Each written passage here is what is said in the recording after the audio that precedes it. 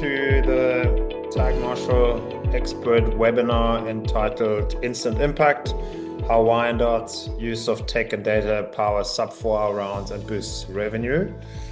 Why am I so bouncy? I'm delighted to have with us today the owner, fairly recent owner of Wyandot Golf Course, Andy Joseph. Andy, how are you this morning? Doing great, Bodo. Thanks for having me on the webinar. I'm super excited to go through all the awesome stuff with Tag Marshall. Yeah, thank you so much. And yeah, we are super excited that you're taking a bit of time out of your busy day and life at the heart of your season to share some of the learnings that you've had and how you're using the program to improve. Also, just a note for those of you who are dialing in from the Michigan PGA section, it's one of our partners. We will make sure that you get a PDR credit. Just stay with us until the end. So that's an hour of learning for a Michigan PDR credit for you guys. If you have any questions as we move through our conversation, feel free to throw them into the Q&A. There's a Q&A chat at any time, and we'll answer as best we can, and hopefully we can get through all of them. And if we have another 2-3 minutes at the end, then we can also do some live chat answers for you guys. Okay, but yeah, without further ado, let's learn about Wyandot Golf Club, and Andy, how you got to be the owner of it. Tell us a little bit about the club, where you guys are located, what do we need to know, and also, yeah, I love the story of why that club that was the one that you ended up acquiring. Sure. Thanks. So Wyandot Golf Club, built in 1978 and been around for almost 50 years now. Changed hands a few times, but we, as you mentioned before, are new owners. So we just purchased the club at the end of August last year. So we don't even have a full season under our belt yet. And it's been exciting. It's probably worth mentioning that my background, while I grew up very close to this, and as you mentioned, kind of the interesting snippet or interesting fact is that this was my home course when I was in high school. So I was on the high school golf team for about a year, and this was actually my home course. I took a 30-year break, was in the Navy, did nuclear submarines for about 6 years, got out, went to college, got my master's and bachelor's degrees in welding engineering from Ohio State, went on to work at and work in a management capacity with a consulting firm is probably the best way to put it, in welding and joining industries. While I was doing that, I had invented and then started a business that worked in the medical and recreational marijuana industries, building a piece of equipment that extracted oils from plant materials. You could do it from any plant material, but marijuana was where all the money was. I successfully exited that business and kind of moved into a real estate investment capacity. And that's really how I kind of got into the golf course opportunity, if you want to call it that. Wyandot in particular, the previous owners had moved to Florida and become kind of absentee owners. And the course was available, just happened to be at the right time I was looking to purchase. And so, my story goes from, Navy to welding engineering to entrepreneurship, and kind of the best part is the grass to grass, or at the time I bought it, it was more weeds to weeds, but now it's grass to grass. So that's a nice progression. Yeah, and felt that well on a fantastic entrepreneurial journey. I'd love to see that. And what I also know, you being an entrepreneur, is you want to learn and you want to improve things, right? Things are never the way they are. There's always room for improvement, and we have seen that certainly in our time working with you guys. So give us some of the stats on the course. How many rounds does the club do, and also, where you guys situated in terms of green fees and so on? So we're relatively inexpensive. I'll go backwards on your questions there. Relatively inexpensive for the area. We're located just outside of Columbus, Ohio, probably about 20, maybe 25 minutes to the northeast, in a small suburb called Centerburg, Ohio. And there's several other smaller courses, public courses like ours around. And $50 is our typical 18 hole weekend rate. We've got lower rates for seniors, veterans, I'm partial to myself, as well as opportunities for leagues and memberships and things along those lines. So kind of pretty standard stuff. When we took over the course last year, they were doing somewhere around 16, 17, maybe 18,000 rounds a year. It's difficult to tell because they were kind of absentee owners, and weren't super savvy with technology in general. And so getting some of the information out of them about, financial stuff as well as rounds played, things like that were a little difficult. So far this year, we're on track. I think we're going to hit about 23, maybe 24,000 rounds, which is a big improvement over where we've been in the past, considering the course Sure. conditions where we started, versus where we are today. I think that's a great feat. Still a ton of opportunity. I'm an engineer at heart. I'm an engineer, period, but I'm a data geek and I like data. Um, Mhm. the opportunity for 40, maybe even 50,000 rounds is there.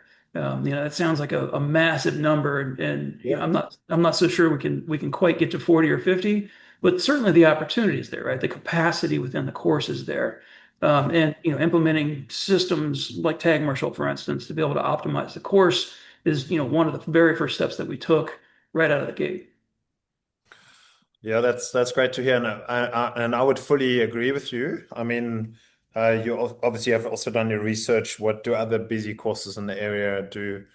You're close enough to enough community, right? That you can carry that, and it'll take time to build. But I love the ambition, and I've no doubt that you'll be wildly successful. Just from a timing point of view, you're about to hit the 1 year mark now, aren't you? In We terms of, are, yeah. Later, well, it's July. Here in about another month. yeah, Yeah, so yeah, we'll have a full year under our belt. Again, we came in unfortunately, we came in at the very tail end of the season last mm, year. And so from a financial standpoint, we weren't able to capture a lot of the revenue that comes from the summer months in the season. yeah, So we had to, uh, carry ourselves essentially over through the winter. But it gave yeah, us an opportunity to do a lot of renovations in the clubhouse, take care of, sure. get the bar back open. When we took over the club, the bar and the restaurant had been completely shut down. Mm, And the pro shop was condensed into one small area within the entire clubhouse. And basically the rest of the clubhouse wasn't even being utilized. So those winter months gave us an opportunity to reopen the bar, reopen the pro shop, freshen it up, new paint, new floors, put new TVs in, as strange as that may sound, yeah, for the bar area, and took down a ton of blinds. As odd as it may sound, it was really, really dark in there. They got this beautiful yeah. scenic view of the course, and there were blinds over all the windows. So taking those down was fun, actually, because it was like, holy cow, look at this beautiful course out here. Yeah, that's the beginning, right? It's low-hanging fruit, cosmetic changes make a big difference. But I'm sure that there'll be lots of reinvestment that you can do with as you ramping up the business and the revenue here over time. And yeah, it'll be exciting to see where you're at this time next year and 2 years from now. And obviously the greater um, growth in golf is also going to benefit you and the course and the Columbus area. There's no doubt about it. Okay, so thanks for the introduction. Excited to dig into some of the data and what you've found and what you've learned and how you're using the program to good effect. If you'll allow me just a quick introduction on Tag Marshal. So we have now tracked over 100 million rounds of golf. Um, and you're a data guy, you know that that is a lot, right? I mean, if you're thinking at That is a lot. you're doing 25,000 rounds this season and you're learning so much from the data. We're learning from all the historic data that we've ever tracked and obviously all the live data that comes in. But we're also fortunate in working with some of the very best courses out there. There's your Pinehurst, there's your Medina Country Clubs, there's your Shinnecock hosted a beautiful US Open just a few weeks back. There's Adair Manor. Yeah. The Ryder Cup posts, it's an incredible list of courses, and obviously, yeah, many of them have got very good managers that we love to learn from, and we keep our ears very close to the ground in terms of what is it that you, the operators, the owners need from a program like ours, right? All the way to the Orcas at St Andrews, so from Pebble Beach right through to the old course. You could do a tour de Tag Marshall at some point, but the majority of our courses are really that middle of the road, daily fee course, lots of munis, and also just lots of decent private clubs on the road, right? So we're getting close to 1,000 now that we get to serve, and our team is super committed to making sure that they all get the best value and service from us. Going back to you, Andy, obviously you had your early playing days as a young man on the very course that you own now, but also would have played golf on your travels. Um, Funny side story, I had an Uber driver at an event not too long ago, and he was a subby, and I asked him, "So, what's the furthest you've ever been away from home, like on a submarine?" He said, "It's classified." I was like, "You're still a subby." Anyway, that's fun. Right. But obviously, there's lots of golf also that's tied to US bases and so on. And maybe you had the opportunity. But so the question I'd like to ask you, what do you think are the top three things that the golfers asking of you as an owner that you need to get right for them? And maybe where do you think you're going to invest the most? And it may not be the same answer, just now that that you're in the driving seat and get to make these decisions. Sure, sure. And I would imagine you get a different answer from different types of courses as well. Us being a smaller, we're just under 6,000 yards, public course. Things like course design are just something that, we're kind of stuck with what we have, right? So that doesn't really come up as much. But if I were to, venture what I think our customers, what our golfers find as the most valuable, or maybe top three items here on your list, the first one's going to be course condition. There are a number of courses out there, and there are choices, right? Even in the same price range where we're at. And so course conditioning, I think, becomes, one of the elements where people will go. Nobody wants to go and hit off of hard pan surfaces or anything like that. And so course condition is probably number one, with a close number two of being value or cost. And Sure. it might even flip back and forth between some folks. The general makeup of our golfers is all age ranges. I think we're going to talk about that here in a little bit, but some of the older subset, some of the younger subset, they all really kind of feel the same way. If the course is in good condition, or what their perception of good condition is, they're going to enjoy themselves and have a fun time, even if they don't necessarily have a great round. They can't blame it on the course. Value becomes a close second, like I said, but then the pace really becomes the next one, right? We've got a lot of repeat customers, a lot of folks who keep coming back, and knowing that the pace of play is something that they can count on with our course in particular being sub 4 hours. That allows them to not guarantee, but feel reassured when they come out that if they come out 11, they're going to be home in time for dinner, and maybe even maybe get another round in if they wanted to, or whatever it might be.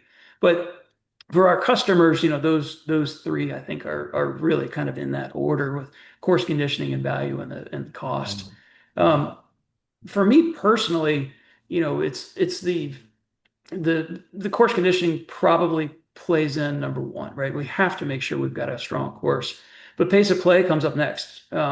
I don't want to suggest that, value or cost doesn't matter, but we're not trying to be the cheapest course out there. We don't want to Yes. become the cheapest, most inexpensive course. That's just not what we try to do. We try to differentiate ourselves with lots of different ways. Course conditioning is indeed one of those. That's why I would put that probably right up in the top. But Yeah. pace of play, and I would kind of expand the pace of play and or flow into just general technology, right? Accepting, addressing, and even implementing technology into the course is something that I think is extremely important to start to differentiate our course from others, so that people, even if we are more expensive for an 18-hour or for an 18-hole round, the value is there for the customer, right? And that becomes a very important element. So course conditioning and pace of play slash technology, I think would be my one and two. Yeah, 100%. So the data is on the same page here in that 84% of players are saying course conditioning is their top experience factor. So you can never go wrong. And also, obviously with everyone watching so much golf on the big screen, the expectations are high, right? And so for most courses, it's how much can we put out there in terms of budget, as much as possible rather than as much as necessary. Where there's other items that you might want to be a bit more frugal, but this is certainly one that always warrants investment. And the next point as far as golfers goes is who's in my playing group, right? They want to play with good people. So that's an accessibility question. And then the third one is pace of play, right? So Sure. if I got nice conditioning, I play with someone I like. And what did I learn the other day? A golfer has to be good, funny, or fast. Ideally, all three, right? But you Sure, can be sure. good or funny if you're not fast. But yeah, the last one is easier to control than a sense of humor. Right. Um, Or so even being good for that matter. true, golf is hard, but yeah, so if I'm playing with good people and then it needs to move, right? I don't want to have to wait, and that is value to players, right? So you earn the right to the fees that you're asking, potentially higher fees if you can serve that, and then obviously people want to come back. So you're right on track here when it comes to investing in the right channels. And yeah, further to that, the research also shows how polar this experience is around pace. So this one comes from the USGA and the University of Wisconsin. They've got a golf program, but the university there is specifically researching and has a big interest in customer experience research, right? Which obviously a lot of big corporations and industries are getting very good at and very analytical around. And everything that we do on our phones ultimately leads to that and directs buying decisions or what have you, and also repeat business. The more data we have, the better. And they tracked 1,000 touch points in the golf experience, and one should understand which ones delight people, which ones frustrate people, which ones are neutral. And a touch point is booking you around, driving through the gates. Is there a halfway house? What's the service like? Are there ball washers? Anything like that is a touch point. And some of those really rise very high, and others are rock bottom if we don't get it right. So what they found is top and bottom both are pace related. So it's very, very polar. It can be the best thing ever. It can be the worst thing ever. But a good pace of play is not the best thing ever. It's sort of expected that that works. The best thing ever is positive ranger etiquette and positive marshal etiquette. That ranks even higher than conditioning. And it's much easier to get that right, funny enough. And we've got some tips on how you might do that. But the worst thing on the flip side is corrective pace of play actions, which is the old marshal comes over and says, "You're slow, get on with it," right? Get on with it, you're slow. Players cannot cope with the slow word. On Next to that, however, other people's speed. If other people are slow, if I think I'm being held up, that's equally as frustrating. So it's not an easy thing to solve because don't you come to me and tell me you're slow, but everyone else who's slow, you need to come to them immediately and tell them they're slow, right? So how do we manage that? And historically, that's been very difficult. and very controversial also sometimes on the golf course because you've got a ranger or a marshal trying their very best, and now what is the attitude towards the player? And the player then gets very defensive and is confrontational, and not a good experience for either of them. Not an easy job to get right. So what helps to do that better? So Andy, maybe taking a step back, you obviously have taken on a fair amount of the staff that was there originally. If you're thinking back how things used to run at Wyandot when it comes to pace and the management, what were some of the things that stand out? Well, so I agree that these four touch points. If there's 996 other ones out there, I'm not sure what they would be because these are definitely the most important ones. In my experience, so when we took over Wyandot, we were fortunate enough to be able to bring on the staff that had already been working there under the previous ownership. They transitioned over to the new ownership with us and have done a fantastic job, but had some definite challenges as they were trying to manage the course, especially with the owners being remote. So they really had to rely on themselves a lot of times to deal with issues like pace of play and whatever else might be going on out on the course. Um, I'm going to group this into kind of two different things, right? You're looking externally here at the satisfiers and dissatisfiers of the golfer, but there's also an element of satisfaction and dissatisfaction of the employees themselves. So 100%. Wendy and Scott are Wendy was acting in a kind of capacity of general manager or clubhouse manager. Scott is superintendent. They're a husband and wife pair, and we were fortunate enough to bring them over. Wendy, I think got dubbed a lot of times unfairly because she's super loyal and lots of people love her. But every once in a while, she would get dubbed as the Wicked Witch of Wyandotte. And that was mostly because of exactly what we're talking about here. Prior to implementing Tag Marshal and some of the systems that come with it, Wendy would have to essentially try to manage the course totally from perception. When I say perception, I mean she didn't have any viewpoint to the majority of the course. All she could see was the three or four holes that are Sure. visible from the clubhouse. And so if we were getting slow for a reason, had an outing going for some reason, had somebody going out on a cart, off the cart path that wasn't supposed to be, she would get on the phone, she would call Scott and say, Scott, go out and yell at those people. Scott would get in his car, he'd drive out there and basically go yell at those people, just like Wendy told him to do. And it pissed everybody off, right? Wendy didn't like it. Scott didn't like it. The golfers didn't like it. Nobody liked it, right? It was truly an awful situation and a massive amount of stress. You can imagine, nobody likes to be like that. But you can imagine the stress that Wendy carries trying to manage the operation from the clubhouse like that, the stress that Scott feels when Wendy calls her and says, hey, you got to go out there and yell at these people. And then there's nothing worse than sitting on a golf course and seeing this guy coming out at you without a bag on the back, right? If there's clubs on Yeah. the back, it's all right. And then no clubs, here we go, right? Yeah. Sure enough, Scott goes out there and yells at him.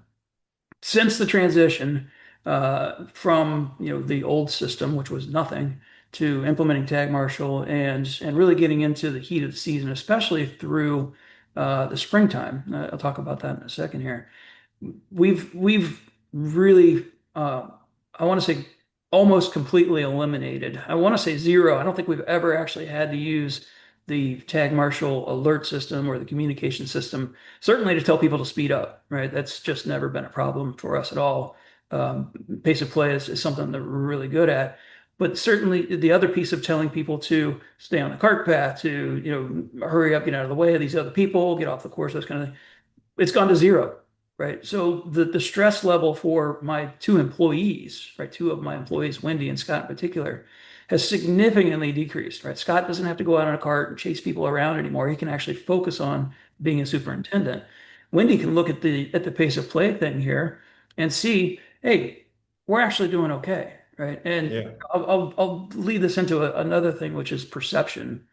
The perception from Wendy coming into this was kind of one course. When I say one course, she only knows Wyandotte. She doesn't go and look at other places. She doesn't golf. Sure. And so her perception of the pace of play at Wyandot is when we're slow, quote unquote, it's a problem. And so there were lots of times where she would go out and tell someone they have to hurry up. And their perception from the golfing standpoint is I'm flying through this place, right? I'm Yeah, moving super, super fast. And so the data that we've been able to, kind of, I don't want to say the story that I've been trying to preach to Wendy and the rest of the folks who work for us is that we are fast. Slow to us is faster than most of the courses around. Right. sure. And the data that backs it up that we've been able to get from Tag Marshall across the board, right? Weekend play, day play, it doesn't matter what time, across the board, we are universally faster. And so I've actually asked all of my staff to remove the word slow from their Mm. vocabulary because we aren't slow. And so, when you look at your two dissatisfiers here, I've been able to essentially eliminate them right from the get-go. And it's made a huge impact. I can see it without question on my staff. Sure. I believe, if I polled the customers on a survey like this, I would get a very similar result. Nice. So there's been an exorcism of the Wicked Witch that was sent. The Wicked Witch of Wyandotte. Wendy's going to kill me when she hears that. No, we'll cut it out. No, but look, it's that was the way, right? There's no other way to do it without having the data. But I think that the two things I'm taking away is you said we've eliminated the word slow, and this is I want to just as a takeaway for those of you on the call, you may or may not have technology, but what you can do is you can package your message, right? And what we've learned is instead of calling players slow, or that's what they're hearing, right? Is that you might say, "Hey guys, you're a bit out of position right now, half a hole, 5 minutes, whatever," which is a current status rather than a judgment of you. Help us get back in position, right? So this is friendly, right? Obviously, you still don't know, is this group actually out of position or is the group ahead just really quick?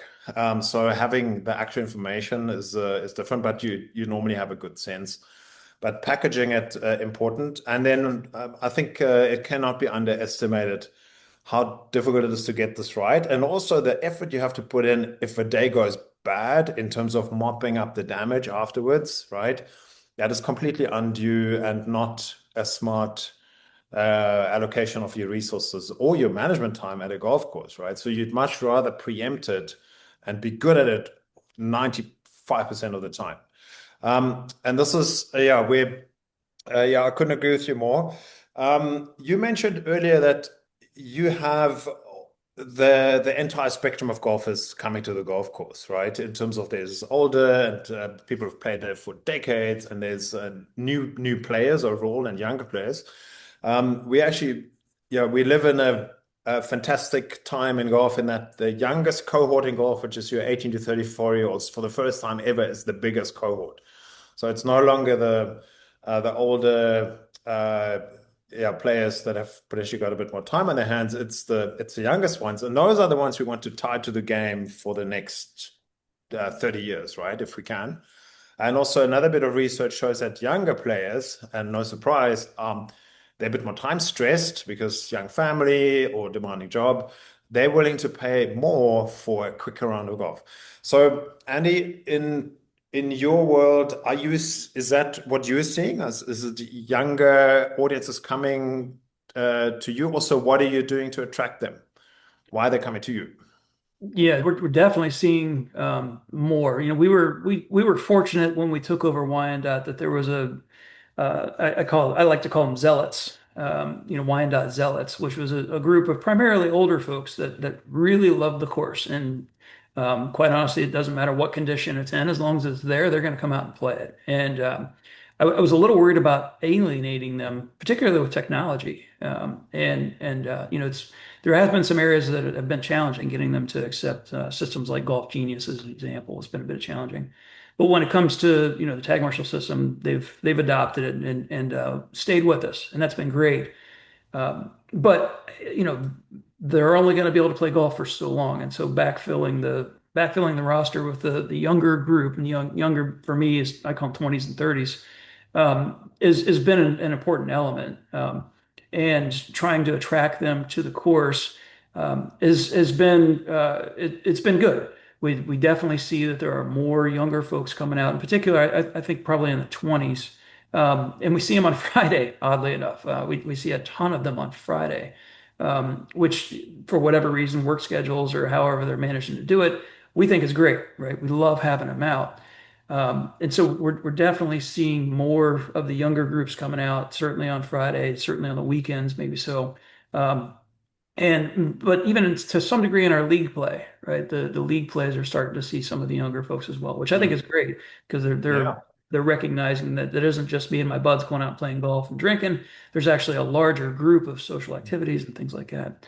But the way to attract this group, 20s and 30s, is 100% through social media. mm. Right. There's some element of word of mouth and you can do that kind of stuff, but social media has just had such a huge impact on the ability to kind of communicate, hey, this place is different and here's how it's different. It takes a ton of work. Sure. It's a huge undertaking to do it right. But I think it's been pretty successful with the caveat that I'll throw out there that the expectations are very difficult to manage, right? Because, Sure. while they're scrolling through Instagram or TikTok or whatever they might be doing, they're going to look at Pinehurst and then they're going to look at Wyandot, right? And I'm going to do my best to make Wyandot look like Pinehurst, but it doesn't. It's not. And so Sure. there's, a lot of times they'll come out and they'll see cart paths that aren't perfect, or some of Sure. some marks on the green that we just haven't had a chance to be able to deal with yet. And so managing the expectation of some of the folks who come, especially the first timers, expectation of social media versus the reality of the course can be a little bit challenging to manage. But again, the technology piece is very consistent, right? So if they come out and they'll see something like the tag marshal screens, we're using it to collect data on the back. They're using it for golfing, right? And so it Sure. helps see yardages, distances, where the carts are in front of them. Mm. But they can also utilize, I don't want to say utilize is the wrong word. They can also be aware of the pace of play, right? So the pace of play recommendation, as you like to call it, their positioning, it's all right there in front of their face on the tag Sure. marshal screen. And so, going back to kind of where the part we are talking about before, it's eliminated us having to do that at all. And in fact, it's proactive, right? So it's not Yeah. even a reactive thing anymore. Now it's proactive. I think that proactive pace of play management is also part of the attraction for Mm. the younger group, right? They want to be able to come out and have a Yeah. fun time and fast. Yeah, I think so. And I think you guys are doing a great job. And we're going to look at just how you do that in this next section. So for those of you who are not familiar with Tag Master, so we do have a number of tech solutions that we use to track data with. So there might be a screen that goes into your golf cart. It's any carts, that's your Yamahas, club cars, Easy Go, gas or not, it doesn't matter. We have the system that can agnostically fit. We have a classic tracker. So if you're in a situation where a screen maybe doesn't make sense, might be a private club or what have you, we can hideaway tracker, and we also obviously can track walking golfers. And what these units do is they feed data constantly to the server, and then we have two sections with how the operators work with that data. One is live management, which is a live map that's like a Google Maps or Waze of what's happening out on the golf course. That's visible at all times in real time. And then you have the underlying data of what's happening day by day, hole by hole, group by group, right? And also, is our team successful in keeping up the standards? And you set the goals, right? Um, so that you can keep improving over time. So at your course, tell us just briefly what carts do you guys run, and this is the 8-inch Tag Marshal two-way that you guys installed in the carts. Correct. Yeah, we have an older generation of Yamaha carts that we don't lease. We own. They came with previous ownership, and it was I was a little concerned initially whether or not we'd be able to utilize them, right? Because they're I think they're 7 or 8 years old at this point in time, um, and they still work great. We've been able to maintain them, but I wasn't sure how easily we were going to be able to put these new fancy screens onto these cards. But it worked out fantastic. You guys came out literally in the middle of the winter, so I felt kind of bad for the two interns who came out and installed our cart screens because they did it in the middle of the winter and we don't have a heated cart barn. And so they were at times very cold installing the systems on them, but it went super easy. They got them all installed and no hiccups, no challenges. Yeah, great. No, the team is well trained on the various card types, obviously, and yeah, as it's actually easier, obviously, to install out of season, but we do install a lot in season as well, and then obviously stay out of the way of the day to day. They normally get 3 or 4 cards in, work on them, and then get them out back in circulation because we know that you cannot afford a day or two down and not use your fleet. So that's great to hear. But look, it's maybe sometimes like with a car, they don't build them like they used to, right? So you probably yeah, hold on to the fleet if they well maintained until you're ready to upgrade. Um, yeah, so here's the Google Maps real-time view of the course. And I love what you guys have done is that you put it on a big screen and it's just all over the clubhouse, plain to see for everyone. Um, was that a decision that you made from the get-go, or what was the main motivator here for you guys? So there's a this is so the picture I actually took this picture yesterday in the pro shop there, and the bar is kind of on the other side of that wall where there's more screens, and we've kind of floated this particular screen initially in the bar area, utilizing one of the screens in there. And we got a tremendous. I was a little apprehensive about it. Some people don't like getting tracked, and government and that kind of crap, but. The response initially, the very first time we put it up, is, "Oh wow, that's awesome! You guys can see us as we're moving around out there." Mm, That then brings another element of, oh wow, you can see us while we're out there, right? And so there's a behavior element that mm, starts to just instantaneously get put into someone's head without us ever having to say a word. So the decision that led us to put it right there in the pro shop where most people are checking in for their round and paying for it was primarily that it's a total communication. It's one, mm, we're tech savvy. Two, uh, we can see you. Three, you can see what's going on in the course, right? And that particular spot in the pro shop is really driven by, hey, and unfortunately this picture doesn't have it, but we normally have the widget that shows, mm, today's goal time and round time, right? Pace of mm, play, and because our pace of play is always under 4 hours, or at least almost always mm. under 4 hours. It becomes part of the advertisement, right? So I've Sure. always thought, me personally, when I go golfing. Is it going to take me five? Is it a 5 hour round? It's a 4 hour round. You just don't know, right? You got no way to know. You're flying blind when you're going someplace. So you look at the tee sheet and see how busy the tee sheet is. Da, da, da, da. Here, I'd like to find a way where I could put it on our website in real time and say, Mm, today at this moment, at this exact moment, we're playing 3 hours and 45 minutes.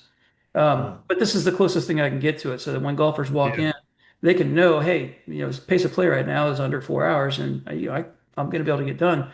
It also gives them the ability to see where the carts are. It's maybe a little difficult to see in that picture, but you can see, is the front heavier than the back? Oh yeah, there. sure. Is the front heavier than the back? And where's if there are backups, where are they at out there? That kind of stuff. Yeah, And in the event that there's an outing coming off, we can point to it and say, hey, we need you guys to go off the back because there's an yeah, outing up front. You look up there, you see, oh yeah, there's a whole boatload of cars out in the front. It sure. becomes, a communication tool between the golfer and the pro shop attendant as well. Nice. So, look, I love that. One of the things that's important is that you have competency around the management, right? And this is where Wendy last year it was line of sight and gut feel, and now it's just certainty. And uh, obviously understanding where everyone is only one part of the information flow. We need to know, well, who's actually slow out there, right? And who's a delayer, even more important than somebody who's might be 5 minutes out, but they're not impacting anybody. So that's why we have this color coding, which is your magenta, purple, that is your delayer. So this group is out of position. Their trend is negative. They're getting worse, not better. And they have a group behind them that currently is being held up. So here's your pain point on the golf course. And this group number 36 is red, so they're out of position, but they're currently not impacting anyone. Everyone else is green. So I know exactly what's going on in 2 seconds. And the golfers that get familiar with that, they know it too, right? And they know one thing, they don't want to be this, they don't want to be the group that holds up others, right? Golfers holding themselves to standards too. And it's important that they're part of the solution always. So let me just jump ahead here. on what they actually see. So the golfer has obviously the good old yardage, and they know, yeah, how they're playing, and this goes all the way to food orders if you want to put it on, or live scoring with Golf Genius, all of those things for tournaments. But some of the core function is what is your pace situation, and you get the exact same colors as we've seen them on the screen in the clubhouse. And then you can set up the threshold if there's a warning that needs to pop up for the players. And you can obviously also send out a notification if somebody really doesn't get it, without having to go and run out there. But for the most part, what we're finding is that the players wanting to be compliant, and as long as they have information, they generally go with it. Um, is that something that you would agree with? That the players now manage their own round rather than waiting for Wendy to push them? 100%. Yeah. And that's, knowledge is power, right? And so, like you said, helping the golfers understand where they're at, in relationship to the other golfers is really, really valuable because most people, very few, want to be slow or Yeah, intentionally slow. They just don't know a lot of times. And having Wendy or Scott tell them that they're slow, that it's offensive. sure. Knowing the pace of play is here and seeing where you're at. And there's another element to here. It's not just, is it purple or is it green? Yeah, how purple is it? Right. And knowing that Mm, you're delaying by a minute or two, because I was looking for my ball, I chucked one right, whatever, sure. that's okay. And also seeing when it goes from purple back to green and that you're there.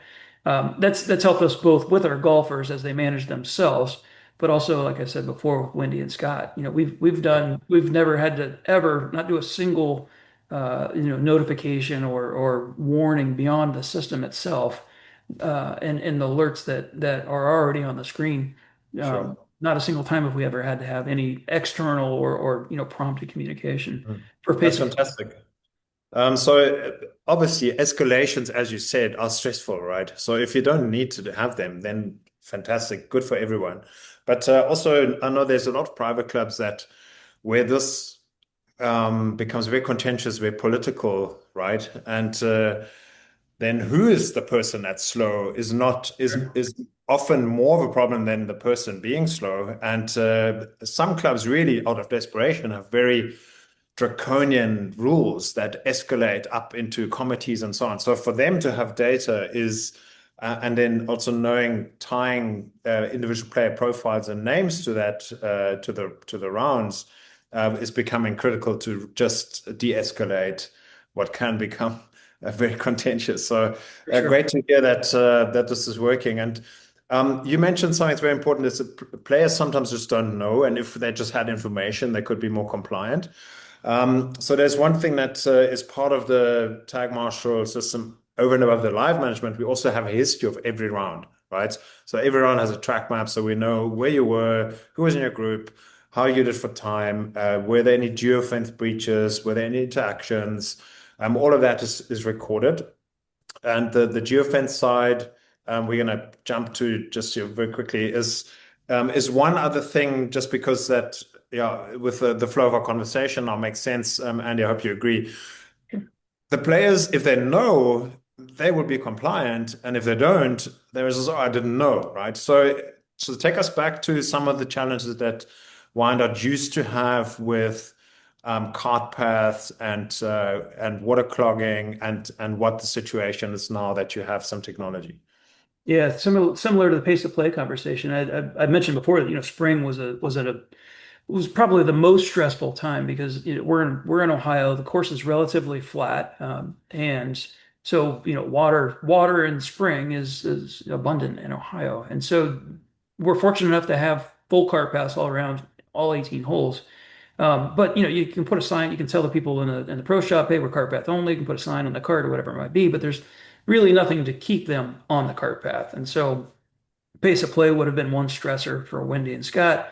Cart path only, and particularly in the spring, would have been another. So much so that the previous owners would actually have shut down the course, right? They wouldn't even open the course because of the damage that can come from carts that are running around in the soupy mess, which is sometimes springtime golf in Ohio.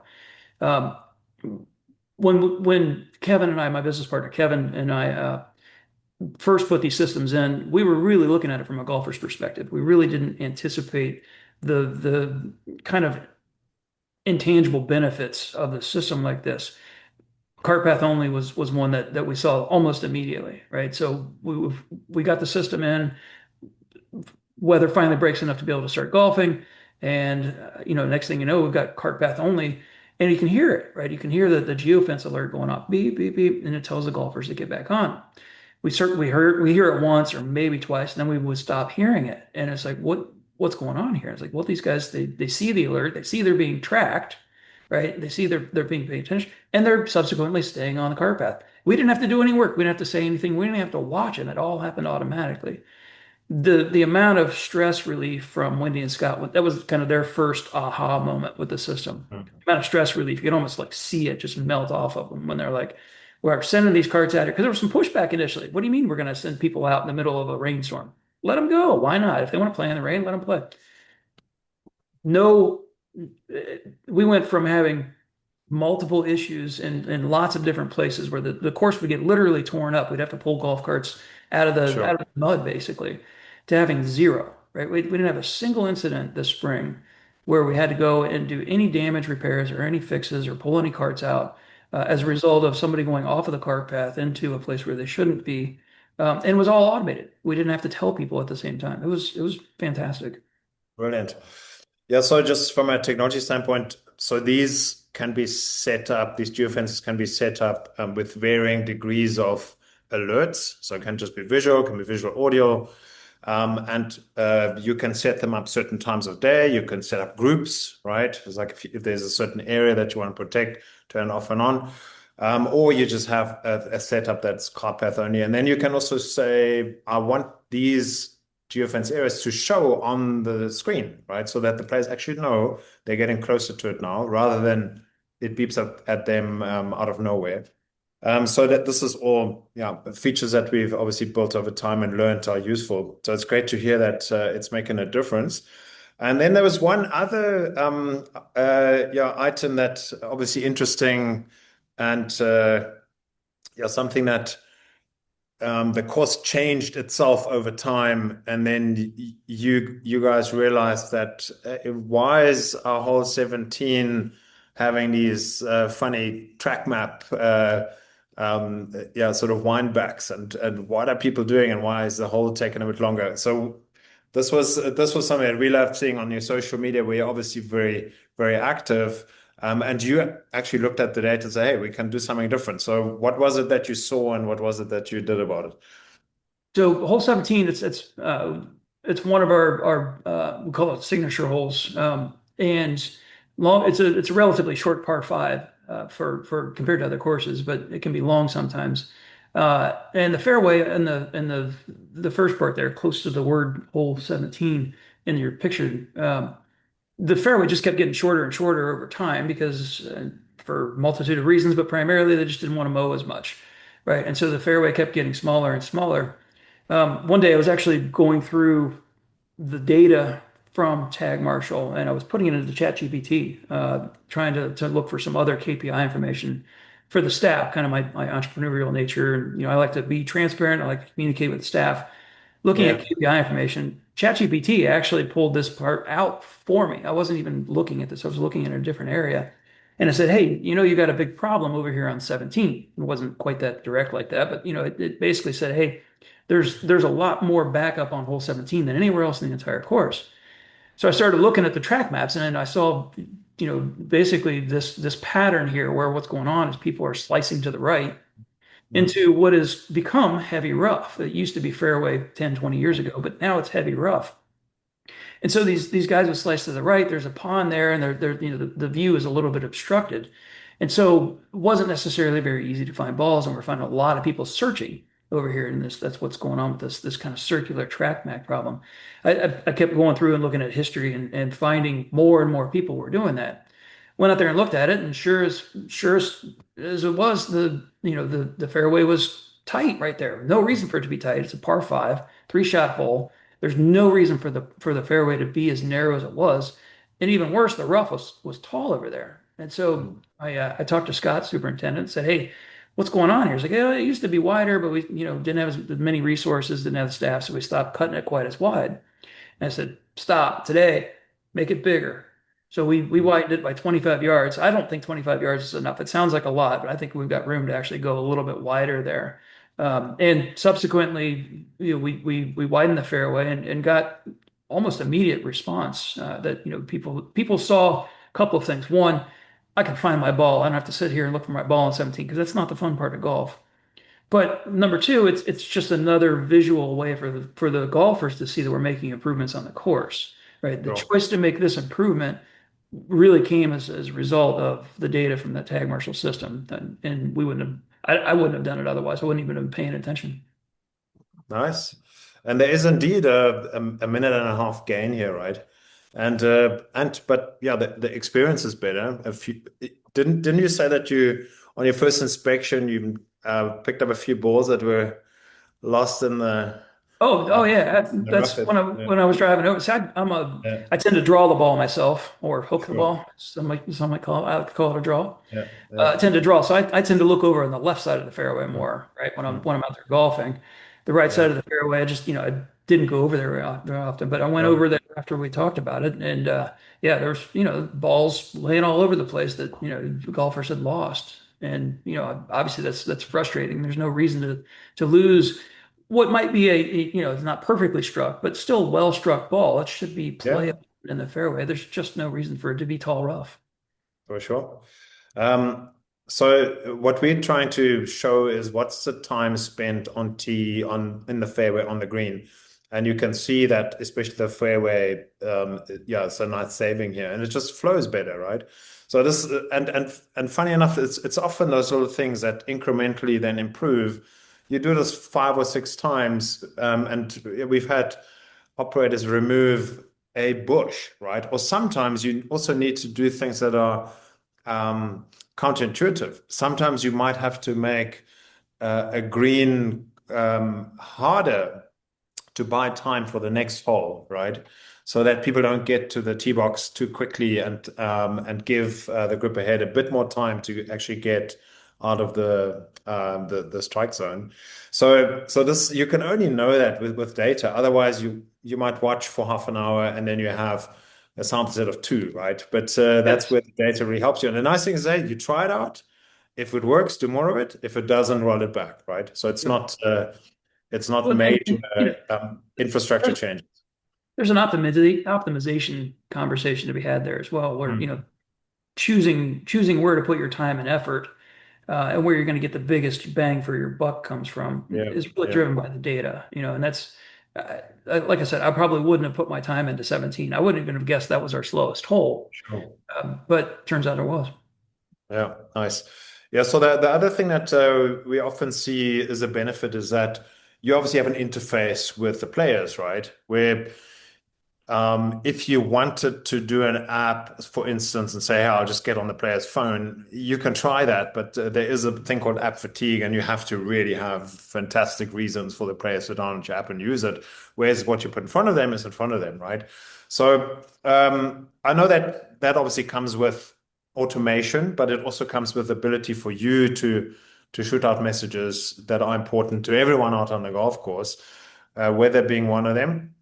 And then, yeah, tell us a bit about unexpected benefits when you tried something different.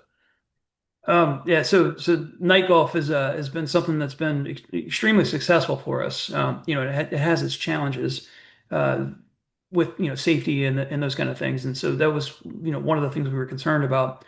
But the safety elements associated with the night golf, in particular, are knowing how far away the pin is. Right, you can't visually see, especially out here in Ohio. I mean, it gets dark at this course.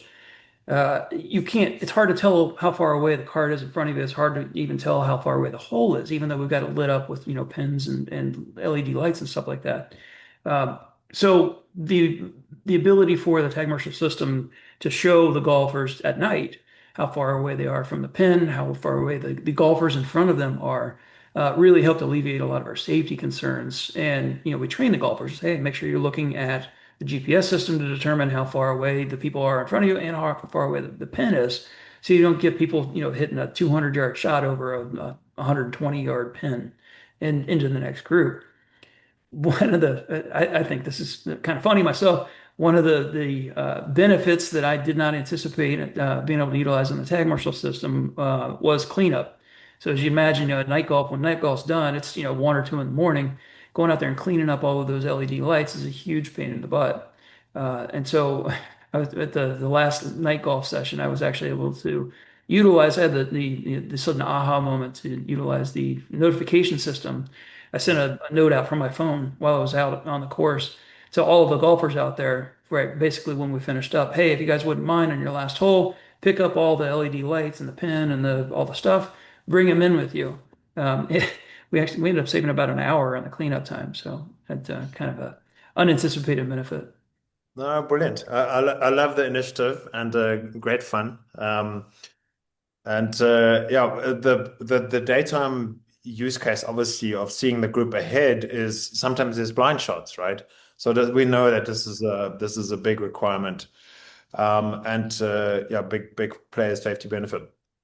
Um, okay, so we've got just a few more minutes here, Andy, to wrap up. So data, obviously, we spoke about it a lot. Um, we've spoken a lot about the live management side of it, but there's the underlying data of what makes a course run. There was one example of the whole runtime of hole 17. Obviously, we understand every hole like that. And then you can also look at, well, what's happening with this wind direction? What's happening with that wind direction? What's happening with weather, course load, what have you, right? So here's an example of a single day, not too far back, Sunday. Your goal time 4 hours 1 minute, and your average round time on that day 3 hours 35. So I would say all the golfers that day would have been deliriously happy because they had a Yes. 3 hour 35 day out. And yeah, there's three groups that were holding up players, and then things were corrected or they self-corrected, and then the rest of the groups coming in green again. Great day at the office. But even more importantly than obviously, I'm showing this to show what's possible in terms of digging into the data on a single day basis. You can look at that over time too. And what we've done here for Andy is we've looked at the whole season now. So it's the last few months, and there's clear trends like your early morning is super quick, 3:28, 3:37. There might be opportunities to tighten intervals, which is something that we always recommend. Then you've got your bulk of the day. That's when you obviously need to keep more of an eye on what happens out in the golf course. The afternoon, then yeah, slims out a little bit again. Super busy June, and I'm sure July is even busier and good for you guys, what you want to see. And then also break down day by day. So we know this helps operators make decisions around staffing, paying attention to certain times of day and days of the week, and the system certainly does all the heavy lifting around it all the time. One of the things that we mentioned was, and you said earlier, wouldn't it be great to have this live data on our website, almost for marketing? And we're thinking the same, right? Because you guys are doing such a great job. We want to give you a widget that shows not only what your pace is and your performance, but we'll also say that based on the data, and here's 10 million rounds tracked across the states over the last few months, you are performing in the top 10%. So you're the top 10%. Obviously, it's a shorter course, sure. Like we're allowing for that too. We cannot compare you with an Erin Hills where you will have the best time of your life and it's 5 hours walking golf, right? It's unfair, but we're allowing for that from a course length standpoint. But we want you to put that proudly on your website. Say, hey, we know what you're doing here. We look after you. So for those of you interested, this is coming into the PGA magazine this month. They've got a benchmarking edition, and we've got a link through and an article and a live dashboard, so you can see how you stack up in your areas. And you must excuse, I'm flying a little bit here so we can get to the end of our round, as it were. So your Monday to Friday and Saturday, Sunday, slightly different profiles, right? Which is also important to consider where you're going to add new initiatives, where you're going to try load your course a bit more. Where can you try and trim potentially intervals to get eventually to 40,000 rounds, 50,000 rounds, who knows? One of the things that you've already done is you've started your day with a faster goal time than the core of your day. Have you seen any data already of how that's potentially speeding up the start of day? Is that something that you're already seeing an impact of? Well, so I haven't dug into this particular one. This change, I don't.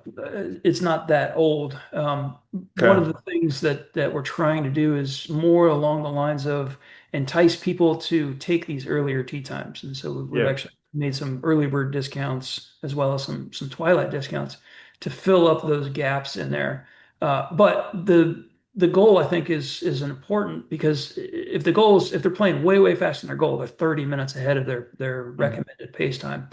It might actually encourage them to slow down. And we definitely don't want those guys to slow down because they're going to slow down and possibly get in the way of when it really does get busy at that 8 Yeah. o'clock. Yeah. So, lowering that expectation just to keep Mm. them moving along quickly is was probably more the thought process there for us. Got you.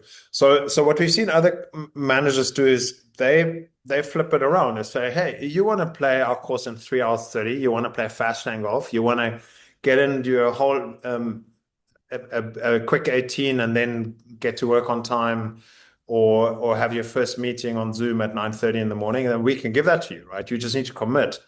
And here are the tee times that you can book. And then especially younger players, a bit more time staffed, and say, great, take my money, right? So I can get more golf in like that because where else can I play in 3 hours 30? So this is certainly a consideration. And we're talking about interval management. And this is something where the data really becomes invaluable in that what happens if we tighten the intervals from 10 minutes to 8 minutes earlier on in the day? Because we can safely do that because that's when we're attracting our quicker players and we're keeping an eye.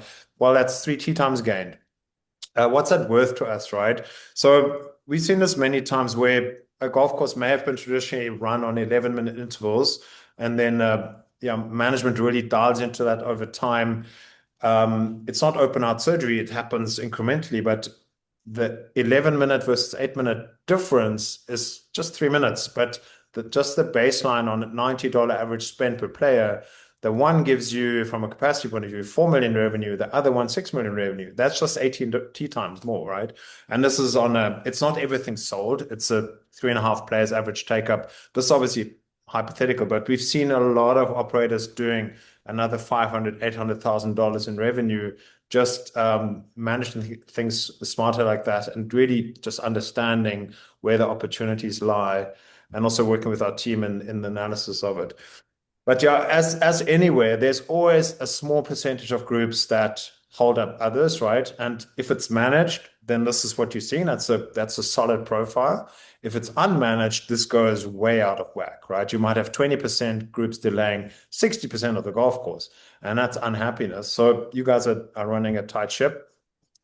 And also, yeah, like we spoke about earlier, the data shows incremental opportunities around where can we tighten our hole by hole run times and which holes actually do we have unrealistic expectations of, and we need to give them a bit more time so that we can dial in the system better, so that the system's more accurate, and then we can also manage our players more accurately. So this is never finished, right? There's always Right. eventually you'll be down to a few seconds. You already are on quite a few of the holes, but there's some of the holes are quicker, and you very soon have your goal time shift to below 4 hours, and that'll be cool to put in your marketing. And speaking Sure. of marketing, I know that yeah, you've had some fun, yeah, getting ads onto the screen. How's that working? How are you using that to communicate with players? So the ads have been a useful tool for us to generate some additional revenue, right? So we've actually sold. So the ad on the left you see there is actually an external ad for one of the groups that advertises to all of our golfers that shows up in I don't know, two, maybe even three different holes throughout the course in the different areas. And so there's an additional revenue stream that comes from advertising for local folks and realtors and whatever it might be. The one on the right is actually that's an internal ad, as I would call it, and we've got that like you showed here on hole 8, tee and green. We as we part of getting the kitchen open back up, pizzas, wings, these things take a little bit of time to cook, right? We don't want to have them pre-cooked necessarily because then they get stale and whatever else. So we've actually been able to utilize the advertising screen Mm. for this internal advertisement and we show it on hole 8. It's the only one that we actually use the noise notification as well, right? So when the golfer gets into that particular area, it'll make a ping noise as well as show the advertisement you see there. And it allows guys to say, hey, I think I am kind of hungry. I'm going to call it in. They call it in and Yeah. they get their order. But twice, I think, is the important piece there, right? We're able to do it at the tee and at the Hmm. green, right? So the tee gets Hmm. them thinking about it. The green then gets them motivated to actually do it. And so having Action. them come up Yeah. twice has been Mm. super helpful as well. Brilliant. And then we've got a meet and greet video that you guys did, you and Kevin. Yeah. Um, and and you want people's feedback, right? But yeah, I can imagine that you'd probably be quite a nice venue also for outings, and there might be opportunities for the outing advertisers. How have you found that working with the screens? Yeah, that's actually so from a host standpoint, as a golf course hosting, that Hmm. was actually one of the things that was super easy to sell. Instead of having the traditional, placard that you put out on the hole that's out there flimsy looking realtor sign, we can actually sell the advertisements or sell sponsorships or whatever you want to call them for Sure. your outing, and put them. We'll basically wipe out all the ones that we have on the normal day and we'll load up all of the outing sponsors onto there, and they can show any variation videos, QR codes, whatever it might be, to their particular golfers for that outing to earn more money, to say thank you, to show support, whatever it might be. It's very easy to do. It doesn't cost anything other than a little bit of Yeah. time to put them into the system. You don't have all the wasted signs, and you don't have to run around the course and pick them up and set them up and all that kind of stuff. That's great to hear. And also, I see that a lot of the ads actually have a QR code, which is obviously easy then interacting, call to action. But yeah, Andy, thank you so much for your time. We were 5 minutes out of position here in the end. We But need our own tag marshal. no, I know, but no, so much really valuable insight. Thank you. And one of the favorite things that for me is that how well you and the team have taken to the program. And it's only 10 months, right? And you're here as an expert, right? And you are, right? It's fantastic to see. And I can't thank my team enough for the effort that they put in, a partner like yourself and the interactive learning materials that they've created. And also, obviously, the things need setting up, and you need a helping hand, and that's why we have your support team, but also a customer success team that will work with you, and you have a dedicated person that will help you get better. And yeah, we even put a little AI chatbot into the system now. So if you have any questions about how does this work again, how do I set up my geofencing again, boom, you're asking and you get direct answers. So we're trying to keep evolving. Um, Andy, this was fantastic. Thank you so much for your time. And yeah, I hope you have a bit of a celebration on the 1 year mark. You certainly have made a big impact in a very short space of time. And we're delighted that we were a little bit in a small part of that journey with you. And looking forward to yeah, where you're going to be a year from now that you've got a full busy season under your belt, and what your goals will be, yeah, into the future. Yeah, thanks, Buddha, for having me on. This has been great. I came into the golf course business with zero experience, right? So I'm just entrepreneurial and engineering Mm. are my previous experience. Stepped into the golf course management thing at the behest of my wife, as a matter of fact, who said, you were going to do what? What, you're going to buy a golf course? Um, Yeah. Things like Tag Marshall have made it much simpler, right? It addressed just so many of the issues that were, in my opinion, low-hanging fruit uh, Mm.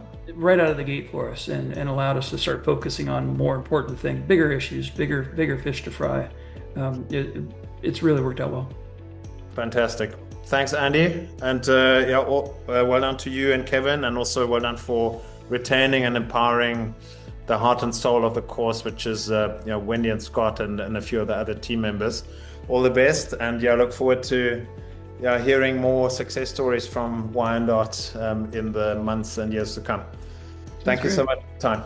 Thank you.